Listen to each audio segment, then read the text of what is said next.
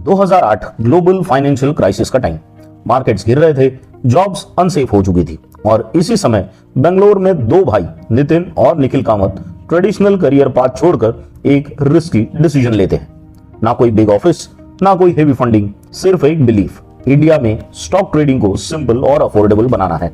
आज वही डिसीजन जीरोधा बन चुका है, इंडिया का लार्जेस्ट स्टॉक ब्रोकरेज फर्म, जो बिना एग्रेसिव एड्स के, बिना वीसी फंडिंग के करोड़ों का प्रॉफिटेबल बिजनेस रन कर रहा है। ये सिर्फ एक सक्सेस स्टोरी नहीं है, ये प्रूफ है कि एंटरप्रेन्योरशिप एक आइडिया नहीं, डिसीजन से शुरू होती है। एंटरप्रेन्योर वो होता है जो प्रॉब्लम्स को देखता है और सॉल्यूशंस बनाता है, रिस्क लेता है और रिस्पॉन्सिबिलिटी भी। एंटरप्रेन्योरशिप का मतलब सिर्फ स्टार्टअप या यूनिकॉर्न नहीं है, ये एक स्मॉल मैन्युफैक्चरिंग यूनिट हो सकता है, एक डिजिटल ब्रांड हो सकता है, एक कंसल्टेंसी फर्म, एक लोकल सर्विस बिजनेस या कोई टेक का स्टार्टअप। एंटरप्रेन्योर वो होता है जो जॉब्स क्रिएट करता है, जॉब ढूंढता नहीं।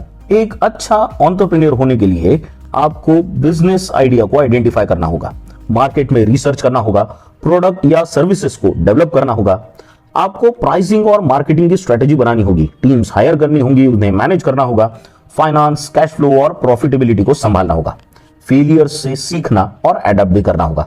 एंटरप्रेन्योर को हर दिन डिसीजंस लेने होते हैं, कभी डेटा के साथ तो कभी गट फीलिंग के साथ। एंटरप्रेन्योर बनने के लिए वैसे तो कोई फिक्स्ड डिग्री मैंडेटरी नहीं है, लेकिन ये कुछ कोर्सेस हैं जो आपको हेल्प कर सकते हैं, जैसे बीबीए, बीकॉम या बीए।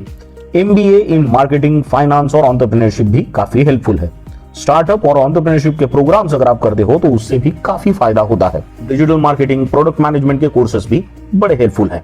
एजुकेशन आपको टूल्स दे सकते हैं, लेकिन एग्जीक्यूशन एंटरप्रेन्योर खुद करता है। एक अच्छा एंटरप्रेन्योर होने के लिए आप में risk taking ability, problem solving mindset, leadership की skills, decision making under uncertain conditions, financial discipline और इमोशनल रेजिलियंस होना बहुत जरूरी है। एंटरप्रेन्योर के लिए सबसे इंपॉर्टेंट स्किल है फेलियर से रिकवर करने की कैपेसिटी। इंडिया एक बूमिंग इकोनॉमी है जहां एंटरप्रेन्योर के लिए बढ़िया इकोसिस्टम अभी अवेलेबल है।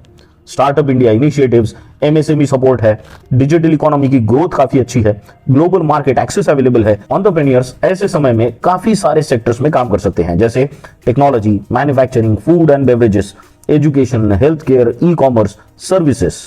आज एंटरप्रेन्योर सिर्फ इंडिया तक लिमिटेड नहीं है, एक्चुअली ग्लोबल कस्टमर और ग्लोबल अपॉर्चुनिटी भी लार्ज नंबर्स में अवेलेबल है। इनकम रियलिटी की अगर बात करूं और आपको ऑनेस्ट ट्रूथ बताऊं तो शुरुआती फेज में इनकम काफी अनस्टेबल होगी, कभी जीरो होगी तो कभी निगेटिव, लेकिन एक बार आप ग्रोथ फेज में आ जाते हो तो ये इनकम 10 से 30 लाख रुपए प्रति साल तक बढ़ सकती है।